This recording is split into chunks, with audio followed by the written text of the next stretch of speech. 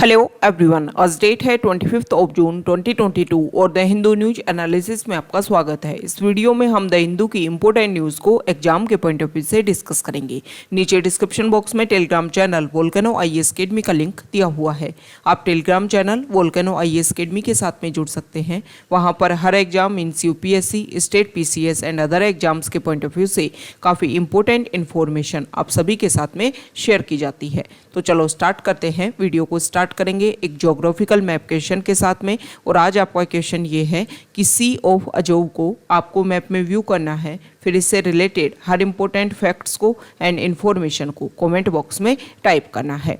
कल हमने आपसे क्वेश्चन पूछा था गोदावरी रिवर को लेकर के। तो गोदावरी रिवर को अगर हम मैप में व्यू करें, हमारे इंडिया का जो पेनिनसुलर इंडिया वाला पार्ट है वहाँ की सबसे लार्जेस्ट रिवर के रूप में फ्लो होती है गोदावरी रिवर। अगर हम कंपैरिजन करें ऑल ओवर इंडिया से, तो जो गोदावरी रिवर है वो पूरे ऑल ओवर इंडिया में सेकंड लॉन्गेस्ट रिवर के रूप में और थर्ड लार्जेस्ट रिवर के रूप में इंडिया में लोकेटेड है।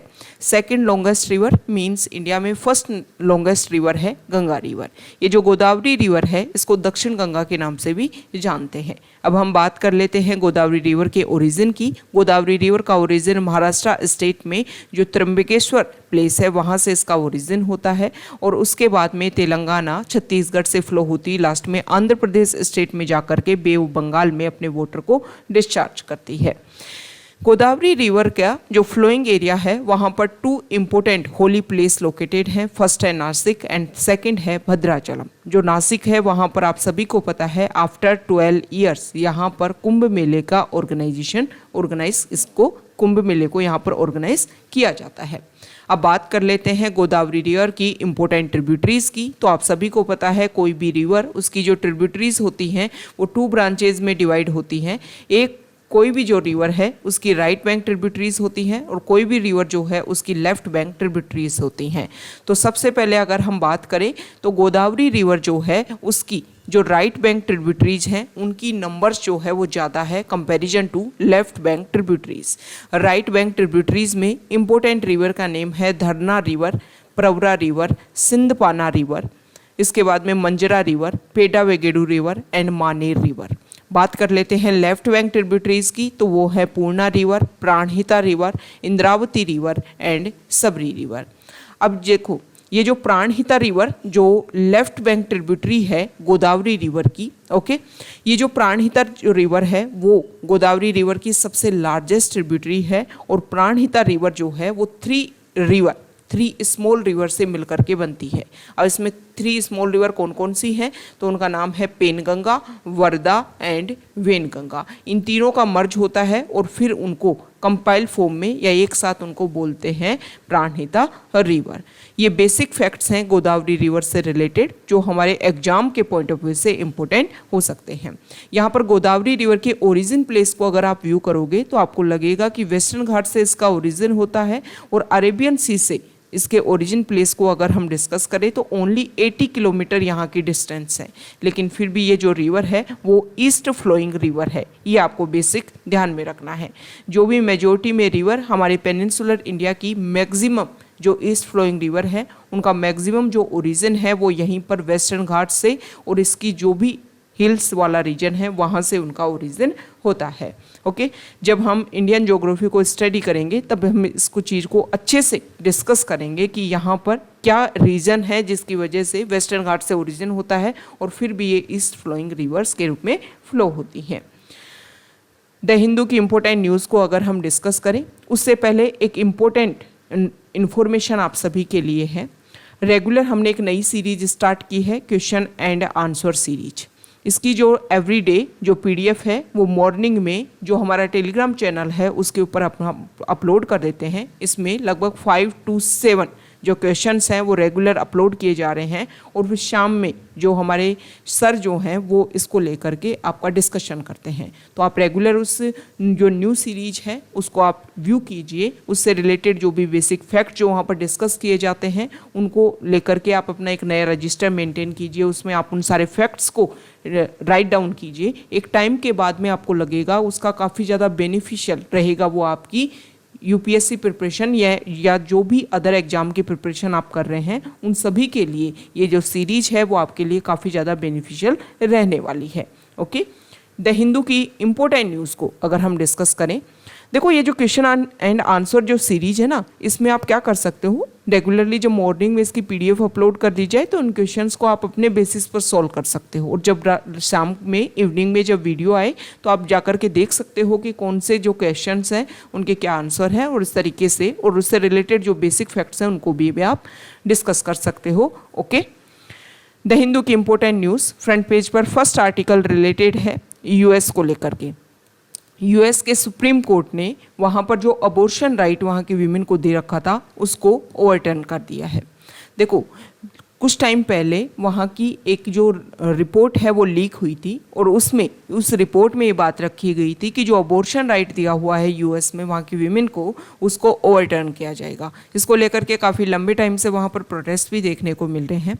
ये जो अबॉर्शन राइट है वो 1973 का एक एक्ट है, 1973 का एक केस है, रॉय एंड वेड केस। इसमें वहाँ का जो सुप्रीम कोर्ट है उन्होंने डिसाइड किया था कि अबॉर्शन राइट वीमेन को दिया जाना चाहिए। ओके, और यहाँ पर अभी प्रेजेंट टाइम में इस चीज़ को ओवरटर्न कर दिया गया है। अब ये वहाँ के जो स्टेट हैं 50 स्टेट हैं उनको ये पावर दी गई है कि वो अपने लेवल पर डिसीजन लें कि आपको अबॉर्शन राइट को रेगुलर रखना है या फिर उसको अबोलिश करना है।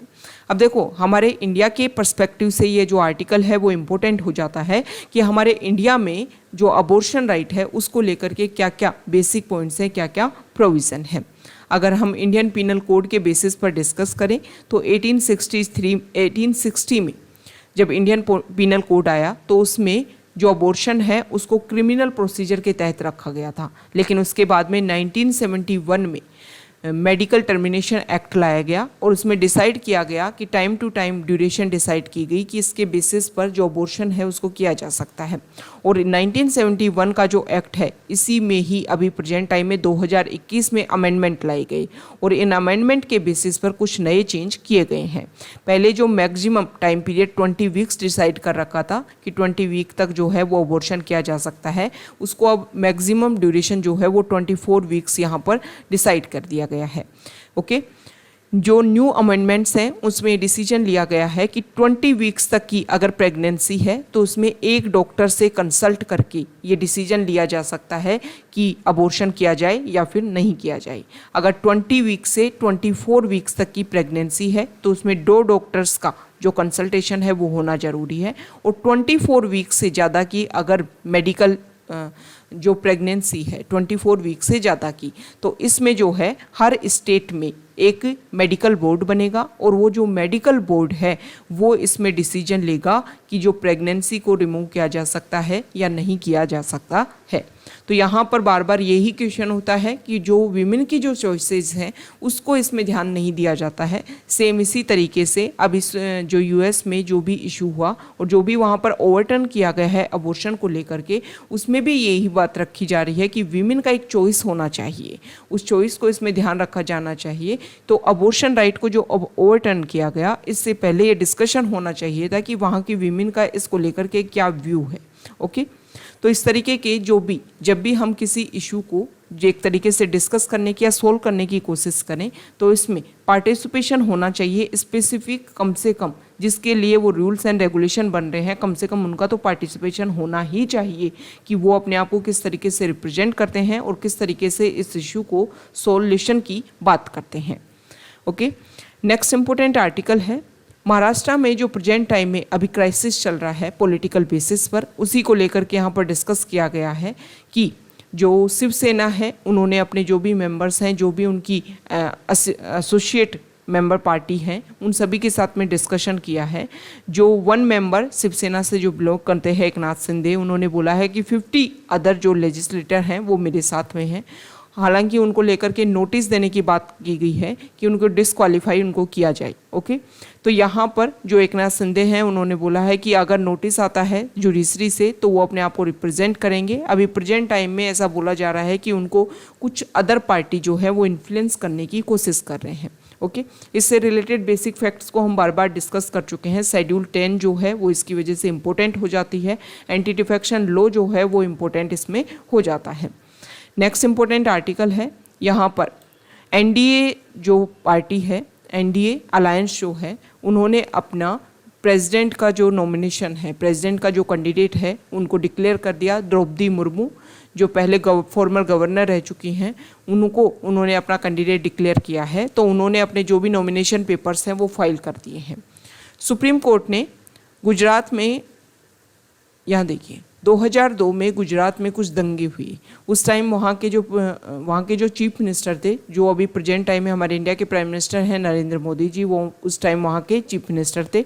तो उनके ऊपर कुछ एलिगेशन लगाए गए थे। एलिगेशन ये लगाए गए थे कि जानबूझकर वहाँ के एडमिनिस्ट्रेटिव फोर्सेज हैं, उन सभी ने मिलकर के रिवोट्स में ये वो जो भी रिवोट्स हुए, जो भी गुजरात रिवोट्स हुए, उसमें एक तरीके से उनका इंक्लूजन शो करने की कोशिश की गई। सुप्रीम कोर्ट में इस चीज़ को लेकर के पिटीशन भी डाली गई। देखो, वहाँ के कांग्रेस लीडर थे एहसान जाफरी, उनकी इसमें डेथ हो गई थी, और उसके बाद में उनकी जो विडो हैं जाकिया जाफरी, उन्होंने इसको लेकर के पिटीशन डाली गई कि 2002 में जो गुजरात रिवोट्स हुए थे, उसमें जो वहाँ का एडमिनिस्ट्रेशन था और वहाँ के जो सीएम थे, उनके खिलाफ में केस रजिस्टर किया जाए। ओके, तो सुप्रीम कोर्ट ने इसको रिजेक्ट कर दिया है कि जो भी आपने चार्जेस लगाए हैं हमारे प्राइम मिनिस्टर के खिलाफ में और जो 60 ऑफिसर्स के खिलाफ में, वो गलत हैं।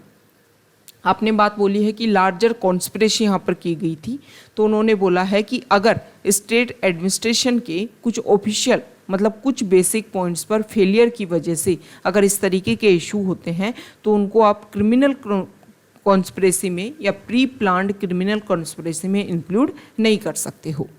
नेक्स्ट इंपॉर्टेंट आर्टिकल, कोविड के टाइम में आप सभी को पता है कि हमारे यहाँ पर बहुत ज़्यादा रेस्ट्रिक्शन से सब कुछ एक तरीके से क्लोज हो गया था। तो यहाँ पर अरुणाचल प्रदेश में, यहाँ पर आप सभी को पता है हमारा जो नॉर्थ ईस्ट वाला जो पार्ट है वो काफ़ी हिली रीजन है। तो अरुणाचल प्रदेश के कुछ यूथ ने वहाँ का जो हिली रीजन है उसको ट्रैकिंग करने की कोशिश की, और उस टाइम उन्होंने हमारे ईस्टर्न हिमालयन एरिया में 12,000 फीट के ऊपर कुछ लेक्स को यहाँ पर फाइंड आउट किया है। ऐसा बोलते हैं कि ये जो लेक्स हैं वो सभी को इसके बारे में नहीं पता था। हाई एल्टीट्यूड जो हंटर्स हैं वो ही इन लेक्स के बारे में जानते थे, लेकिन स्पेसिफिक जो हंटर्स जो हैं वो इस तरीके के जो भी रूट्स होते हैं जो उनको हाई एल्टीट्यूड एरिया पर लेकर के जाते हैं, उनको वो काफ़ी सीक्रेट तरीके से मेंटेन करते हैं, ताकि अदर पीपल जो है, अदर पॉपुलेशन जो है, वो उस एरिया तक पहुँच ना बना सके। तो यहाँ पर एक यूथ, ओके, उन्होंने अदर लोगों के साथ में मिल करके, अदर जो पीपल हैं उनके साथ में मिल करके यहाँ पर ट्रैकिंग सिस्टम को भी स्टार्ट कर दिया है। उसके लेकर के उन्होंने अपनी जो वेबसाइट है वो भी लॉन्च कर दी है और यहाँ पर लोगों को बुलाना स्टार्ट कर दिया है। एक तरीके से नॉर्थ ईस्ट में जो हमारा टूरिज्म सेक्टर है उसको और ज़्यादा इंक्रीज़ करने की यहाँ पर कोशिश की जा रही है। ओके, टूरिज्म सेक्टर इंक्रीज़ होगा तो बेनिफिशियल है। टूरिज्म सेक्टर इंक्रीज़ होगा तो जो हमारा नॉर्थ ईस्ट है वहाँ का कल्चर डाइवर्सिटी जो है उसका मेन लैंड इंडिया से कनेक्टिविटी और ज़्यादा इंक्रीज़ होगी। वहाँ के जो भी रिसोर्सेज हैं उन सभी के बारे में हमें पता चलेगा, वहाँ पर क्या क्या हमारे इंडिया के लिए बेनिफिटेड है, क्या क्या प्लस पॉइंट है, उन सभी का एक तरीके से कनेक्टिविटी देखने को मिलेगा। और जब टूरिज्म वहाँ पर इंक्रीज़ होगा तो इकोनॉमी बूस्टअप होगी, इकोनॉमी बूस्टअप होगी तो वहाँ के जो लोगों की जो इकोनॉमिक कंडीशन है वो ज़्यादा इंक्रीज़ होगी, और जब ज़्यादा इंक्रीज़ होगी तो इनडायरेक्टली कंट्री की जो इकोनॉमी है उसको भी उससे बेनिफिशियल देखने को मिलेगा। नेक्स्ट इंपॉर्टेंट आर्टिकल है पेज नंबर 3 पर, और यहाँ पर काजीरंगा नेशनल पार्क को लेकर के आर्टिकल आया है। इसमें ये बता रखा है कि काजीरंगा नेशनल पार्क में कुछ इन्वेजिव वीड हैं, और ये जो इन्वेजिव वीड हैं अगर इनके पर्सनल बेनिफिट की अगर हम बात करें तो ये जो है, ये जो इन्वेजिव वीड जो हैं इनका काफ़ी ज़्यादा बेनिफिट्स भी है। बहुत सारी ऐसी चीज़ें इनसे मिलती हैं जो काफ़ी ज़्यादा हमारे पर्सनल लेवल पर जो है काफ़ी ज़्यादा इफ़ेक्ट करती हैं। लेकिन अगर इन स्पीसीज़ की बात करें तो इसकी वजह से काजीरंगा नेशनल पार्क में काफ़ी ज़्यादा इफ़ेक्ट देखने को मिल रहा है। इफ़ेक्ट क्या देखने को मिल रहा है कि यहाँ पर ये जो इन्वेजिव स्पीसीज़ हैं इनका टाइम के साथ में जो इनकी ग्रोथ है वो बढ़ती जा रही है। बढ़ने का क्या जो मेन रीज़न है वो ये है कि जो हर्बीवोरस एनिमल हैं वो इनको अवॉइड करते हैं, और जब इनको अवॉइड करेंगे तो टाइम के साथ में जो इनकी सीडिंग है वो इंक्रीज़ होगी, क्योंकि जो प्लांट है जब इसको एनिमल ग्रेज ही नहीं करेंगे, खाएंगे ही नहीं, तो ये तो प्लांट जो है वो टाइम के साथ में इसके जो सीड हैं वो और गिरेंगे और टाइम के साथ में और ज़्यादा इंक्रीज होंगे। तो इसको लेकर के यहाँ के जो ऑफिसर हैं उन्होंने माना है कि इन इन्वेजिव स्पीसीज़ की वजह से जो ग्रासलैंड एरिया है वो कम हो रहा है और भी जो अदर हमारी नेटिव स्पीसीज है इंडिया की उसके ऊपर भी इसका इफेक्ट देखने को मिल रहा है। तो ये डिसीजन लिया गया है कि इन इन्वेजिव स्पीसीज़ को यहाँ से हटाया जाएगा। इसमें एक इन्वेजिव स्पीसीज की बात की गई है, ठीक है, जो विटामिन D3 रिच वीड है। ओके, ये जो श्रब है इसकी जो रूट्स हैं वो काफ़ी ज़्यादा फैली हुई हैं यहाँ पर काजीरंगा नेशनल पार्क में, लेकिन इनको यहाँ से हटाया जाएगा। हटाने जाने का मेन रीज़न जो है वो अभी हम डिस्कस कर चुके हैं। अब यहाँ पर जो wildlife institute of India, national tiger conservation authority, इन सभी ने यहाँ पर पार्टिसिपेशन करके उन सभी के साथ में डिस्कशन करके इन इन्वेजिव स्पीसीज़ को हटाने की बात रखी गई है। तो यहाँ पर बताया गया है कि हमारे इंडिया के बहुत सारे प्रोटेक्टेड एरिया जिसमें पार्थेनियम और लेंटाना जो इन्वेजिव स्पीसीज हैं वो हमारे इंडिया के टाइगर रिजर्व का 40% से भी ज़्यादा एरिया को थ्रेटन कर रही है। ये 2020 में ग्लोबल स्टडी हुई थी और इसमें ये बात सामने आई है। ओके, यहाँ पर कुछ अदर इन्वेजिव स्पीसीज के बारे में बताया गया है कि आइपोमिया एंड मिमोसा ये ऐसी इन्वेजिव स्पीसीज हैं जिनको कंट्रोल कर लिया गया है और इनकी वजह से अब ज़्यादा इफेक्ट देखने को नहीं मिल रहा है। पार्थेनियम जो है वो ऐसा बोलते हैं कि हमारे इंडिया में 1950s के टाइम में यूएस से कुछ वीट को इंपोर्ट किया गया था और जो कंसाइनमेंट आया था वीट का उसी के साथ में इस इन्वेजिव स्पीसीज के भी कुछ सीड इंडिया में आए होंगे और उसकी वजह से फिर ये यहाँ पर इंक्रीज होता गया। दूसरी अगर हम बात करें लेंटाना की, तो लेंटाना जो है इसको ब्रिटिशर्स लेकर के आए थे ऑर्नामेंटल प्लांट्स के रूप में साउथ अमेरिका से कुछ सेंचुरीज पहले। उसके बाद में यहाँ पर इंक्रीज होता गया और इफेक्ट करने लग गया जो हमारी फूड चेन है, जो फूड वेब है, उन सभी को। अब इसको रिमूव करने की जो बात की जा रही है इसके बारे में अगर हम बात करें तो यहाँ पर काजीरंगा नेशनल पार्क जो है वो इम्पोर्टेंट हो गया। उससे रिलेटेड जो बेसिक फैक्ट्स हैं वो हमारे लिए इम्पोर्टेंट हो गए। आप सभी को पता है काजीरंगा नेशनल पार्क कहाँ है, तो आसाम स्टेट में है, नॉर्थ ईस्ट में।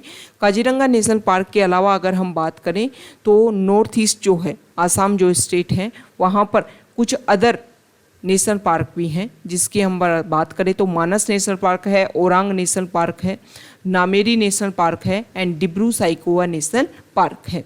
काजीरंगा नेशनल पार्क जो है इसको बहुत सारी डेजिग्नेशन दी गई है। 1974 में इसको नेशनल पार्क डिक्लेयर कर दिया गया, 2007 में इसको टाइगर रिजर्व भी डिक्लेयर कर दिया गया।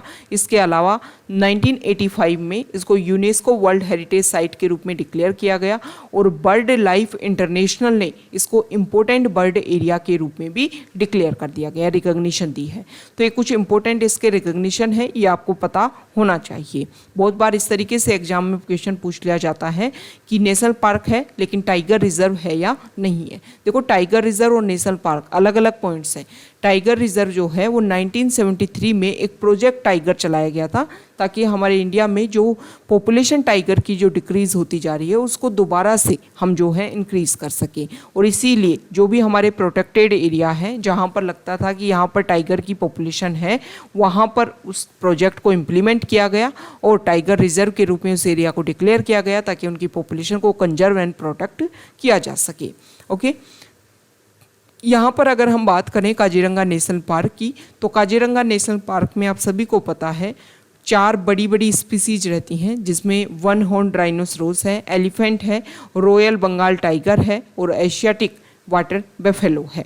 ओके, तो ये कुछ बेसिक फैक्ट्स हो गए काजीरंगा नेशनल पार्क को लेकर के जो हमारे एग्जाम के पॉइंट ऑफ व्यू से इम्पोर्टेंट है। नेक्स्ट इम्पोर्टेंट आर्टिकल है पेज नंबर 4 पर।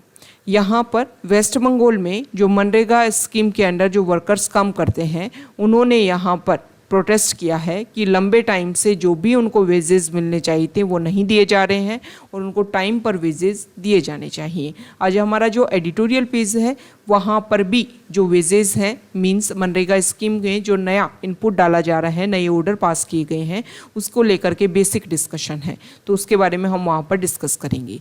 यहाँ पर राजस्थान जो स्टेट है वहाँ पर पुलिस स्टेशन में CCTV कैमरा को इंस्टॉल किया जा रहा है ताकि जो भी कस्टोडियल टॉर्चर जो होता है उसका रिकॉर्डिंग हो सके, और जब भी ज़रूरत पड़े उनको व्यू करके जो गवर्नमेंट जो पुलिस है उसका जो एथिकल एक इम्प्लीकेशन होना चाहिए उसके बारे में व्यू किया जा सकता है।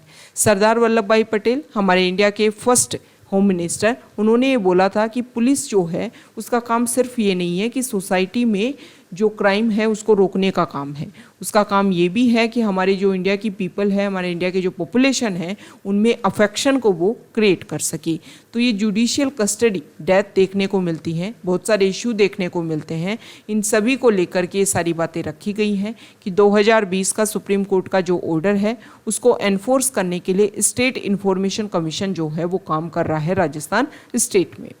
Next important article page number 6 editorial page पर, और यहाँ पर जो फर्स्ट आर्टिकल है वो ब्रिक्स ऑर्गेनाइजेशन की जो अभी वर्चुअल समिट हुई उसके बारे में बता रखा है। आप सभी को पता है कि ब्रिक्स ऑर्गेनाइजेशन में जो भी कंट्रीज़ हैं वो 5 इमर्जिंग नेशन हैं। ओके, अब ये जो समिट हुई इसमें बहुत सारे पॉइंट्स को लेकर के डिस्कशन किया गया कि जो ब्रिक्स ऑर्गेनाइजेशन है वो रशिया और यूक्रेन के बीच में जो इशू चल रहा है, इसके अलावा अफगानिस्तान में जो इशू चल रहा है, इन सभी के लिए एक मीडिएशन का रोल प्ले कर सकते हैं। यहाँ पर बात की गई कि हम क्लाइमेट चेंज, इसके अलावा सैटेलाइट जो लॉन्च करने वाले हैं उसको लेकर के, न्यू डेवलपमेंट बैंक को लेकर के, इस सभी को लेकर के जो ब्रिक्स ऑर्गेनाइजेशन है वो अच्छे से काम करेगा। इस आर्टिकल में बताया गया है कि ब्रिक्स ऑर्गेनाइजेशन में इंडिया और चाइना 2 ऐसे कंट्री हैं जिनके बहुत सारे पॉइंट्स के बेसिस पर अगर हम देखें तो क्लैश देखने को मिलता है। जैसे कि यूनाइटेड नेशन सिक्योरिटी काउंसिल में जब भी परमानेंट सीट की बात आती है तो चाइना हमेशा अपोज करता है इंडिया का। दूसरा, अगर हम बात करें तो कुछ ऐसे टेररिस्ट जिससे इंडिया को इफेक्ट देखने को मिलता है तो इंडिया जो है उनको लिस्टेड करवाना चाहता है यूनाइटेड नेशन में, तो इसको लेकर के भी चाइना जो है वो अपना अपोज करता है। तो ये कुछ एक्टिविटीज़ ऐसी हैं कि 2 कंट्रीज़ एक ऑर्गेनाइजेशन में होने के बाद में भी, ना सिर्फ ब्रिक्स ऑर्गेनाइजेशन, इसके अलावा HCO संघाई कॉरपोरेशन ऑर्गेनाइजेशन में भी दोनों कंट्री मेंबर हैं, लेकिन फिर भी उनके कुछ बेसिक पॉइंट्स जो हैं उनके ऊपर क्लैश देखने को मिलता है। इसके अलावा जो हमारा बॉर्डर एरियाज़ है वहाँ पर भी इशू हैं। तो इस आर्टिकल में बताया गया है कि दोनों कंट्रीज़ अगर अपने जो पर्सनल जो इश्यूज हैं उनको सॉल्यूशन के बेसिस पर लेकर के जाएं तो ये ऑर्गेनाइजेशन जो है वो काफ़ी बेहतरीन तरीके से काम कर सकता है। वैसे कुछ टाइम पहले चाइना ने ये डिक्लेयर किया गया था कि टाइम के साथ में जो अदर कंट्रीज़ हैं उनको भी इसमें इंक्लूड किया जाएगा, मींस ब्रिक्स ऑर्गेनाइजेशन का जो एरिया है, जो सेक्टर है, उसको इंक्रीज़ करने की कोशिश की जाएगी। यहाँ पर जो आर्टिकल है वो मनरेगा स्कीम को लेकर के है। अभी ऑर्डर पास हुए हैं कि जो भी मनरेगा स्कीम के अंडर जो भी वर्कर्स काम करते हैं उन सभी को क्या करना है कि अभी जो उनकी अटेंडेंस जो होती थी वो रजिस्टर्ड बेसिस पर होती थी, लेकिन ज़्यादा से ज़्यादा डिजिटल तरीके से हमारे यहाँ पर वर्क हो, इसके अलावा कोई भी इशू ना देखने को मिले वर्कर्स को लेकर के और जो भी उनका सुपरवाइजर है उनको लेकर के। तो ऐप बेस्ड इसका सोल्यूशन लाने की गवर्नमेंट ने कोशिश की है कि सभी वर्कर्स को अब ऐप अपना इंस्टॉल करना होगा अपने फ़ोन में, और फिर ऐप में जो है जो उनकी आईडी होगी वहाँ जा कर के अपने आप को अटेंडेंस जो है वो अपनी क्लिक करनी होगी। अब इसमें जो राइटर हैं उन्होंने इश्यूज बता दिए हैं कि देखो, सबसे पहली बात अगर हम मनरेगा स्कीम में बात करें तो मनरेगा स्कीम में मैक्सिमम जो वीमेन हैं उनका पार्टिसिपेशन है। इसको लेकर के यहाँ पर कुछ डाटा भी शो किए गए हैं कि अगर हम 2021-22 फाइनेंशियल ईयर की बात करें तो जितनी भी मनरेगा स्कीम में जितनी भी जॉब क्रिएट हुई उसमें से वीमेन वर्कर्स का हायर प्रोपोर्शन देखने को मिलता है 54.7%। अब इससे क्या होगा, वीमेन का पार्टिसिपेशन है तो वीमेन मैक्सिमम, एक तो अगर हम बात करें तो एजुकेशन की लैकिंग हमारे इंडिया में है, जिसकी वजह से जो एंड्रॉयड फ़ोन उसमें ऐप इंस्टॉल करना, फिर उसमें रेगुलर अपने आप को रजिस्टर करना, रेगुलर अपनी जो अटेंडेंस है उसमें क्लिक करना, ये काफ़ी ज़्यादा उनके लिए हैक्टिक हो जाएगा। दूसरा, अगर हम बात करें तो वीमेन का पार्टिसिपेशन है, जो इनकम उनको मनरेगा स्कीम से होगी उसका मैक्सिमम पार्ट चला जाएगा उनको फ़ोन को अर्न करने में। जो मनी उनके बेहतरी के लिए बूस्टअप हो सकती थी, जो उनकी फैमिली के लिए बूस्टअप हो सकती थी, उसको फ़ोन को यूज़ करना जो है, फ़ोन को अपनी अटेंडेंस को क्लिक करने के लिए उनको फ़ोन लेना होगा। तो ये कुछ ऐसे इश्यूज हैं जो उनके ऊपर काफ़ी ज़्यादा फाइनेंशियली इकोनॉमिक बर्डन क्रिएट करेंगे। इसके अलावा ना सिर्फ फाइनेंशियली बर्डन क्रिएट करेंगे, मेंटली बर्डन भी क्रिएट करेंगे कि किस तरीके से वो जो है ऐप है उसको यूज़ करना है। दूसरी अगर हम बात करें तो यहाँ पर इंग्लिश में जो है ऐप में जो भी बेसिक चीज़ें हैं वो सभी इंग्लिश में हैं। तो एक वीमेन के लिए वो सारी चीज़ें समझना, अगर वो अनएजुकेटेड हैं तो उसमें अपने आप को रजिस्टर करना, फिर रेगुलर उसके अपने अटेंडेंस उसमें फिल करना, ये काफ़ी ज़्यादा उनके लिए हेक्टिक जो है क्रिएट करेगा। मतलब वो प्रोसीजर जिसमें डायरेक्ट जा कर के उनको काम करना होता था, उसको जा कर के उस प्रोसीजर को हेक्टिक जब बनाया जाएगा तो हो सकता है कि विमेन का पार्टिसिपेशन यहाँ पर कम देखने को मिले। तो राइटर का ये बोलना है कि गवर्नमेंट को दोबारा से रिव्यू किया जाना चाहिए अपनी इस पॉलिसी को, अपने इस ऑर्डर को, और कुछ ऐसी बेसिक चीज़ें इसमें इंक्लूड की जानी चाहिए ताकि मनरेगा में जो लूपहोल देखने को मिलते हैं वो भी ना हो, और जो एक इम्प्रूवमेंट होना चाहिए इस स्कीम में वो भी कंप्लीट हो सके। ओके, मनरेगा में क्या होता है, टाइम बाउंडेशन के बेसिस पर, मान लो उसमें एक वर्क जो है उसको डिसाइड किया जाता है कि ये जो पार्ट है मनरेगा स्कीम में, मान लो किसी एरिया में 100 वर्कर्स आ रहे हैं तो उसमें डिसीजन लिया जाएगा कि इस काम को ये वर्कर जो है इतने दिन में करेंगे। तो इससे गवर्नमेंट का ये मानना है कि देखो किसी भी काम को जब टाइम बाउंडेशन फॉर्म में करवाया जाएगा तो इसका बेहतरीन जो रिजल्ट्स हैं वो सामने आएंगे।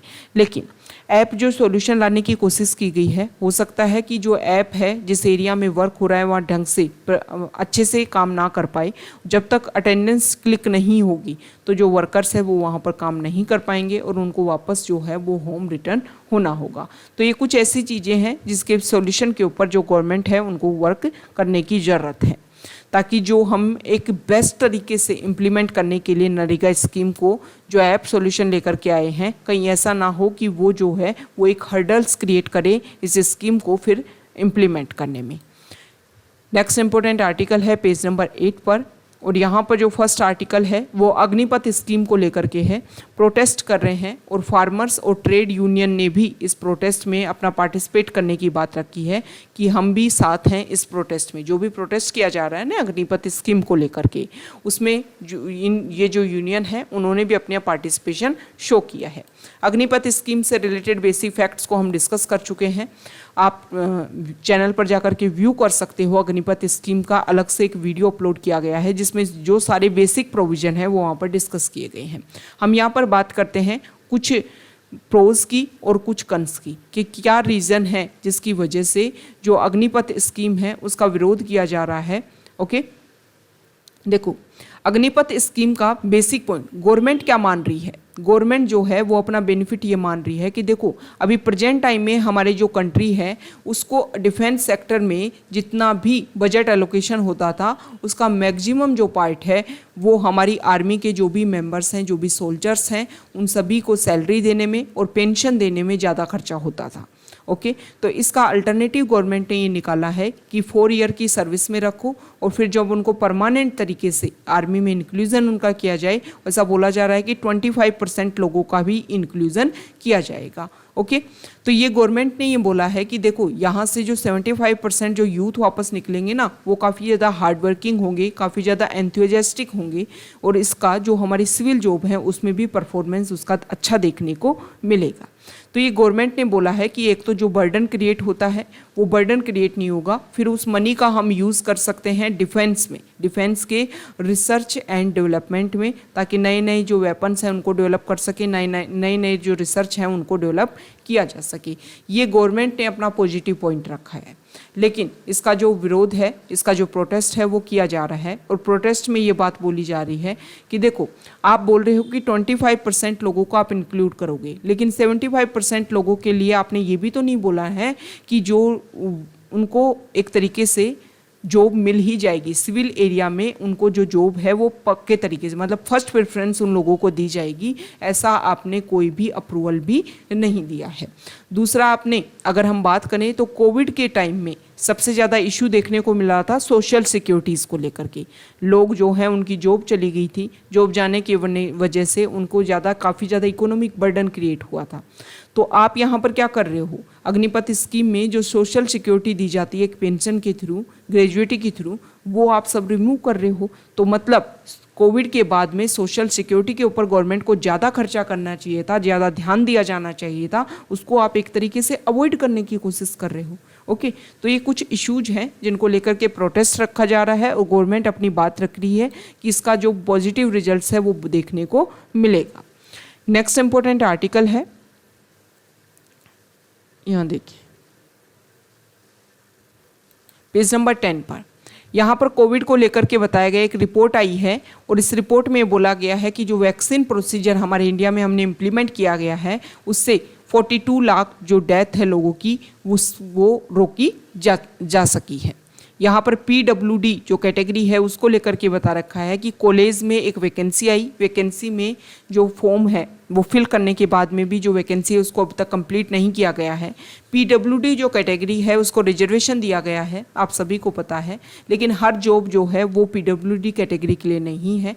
जो भी जॉब एक्सेसिबल होती है कि हाँ ईजीली इस जॉब में PWD जो कैटेगरी के पर्सन है वो भी इस जॉब को अच्छे से कर सकते हैं, उन सभी के लिए ही उन सभी जॉब में PWD रिजर्वेशन दिया गया है। ओके, देखो पर्सन विद डिसेबिलिटीज़, इसमें जो पहले है वो 7 क्राइटेरिया था, टाइम के साथ में अदर जो डिजीज़ भी हैं वो इसमें इंक्लूड कर दी गई, जिसमें जैसे कि अगर हम बात करें तो मेंटल इलनेस को इसमें इंक्लूड कर दिया गया, ड्वार्फिज्म को इंक्लूड कर दिया गया। इसके अलावा जो भी एसिड अटैक जो पर्सन है जिनके ऊपर एसिड अटैक हो जाता है उन सभी पर्सन को भी इंक्लूड किया गया है PWD कैटेगरी में। और भी अगर हम बात करें तो सिकल सेल एनीमिया जो डिजीज़ है उसको इसमें इंक्लूड किया गया है।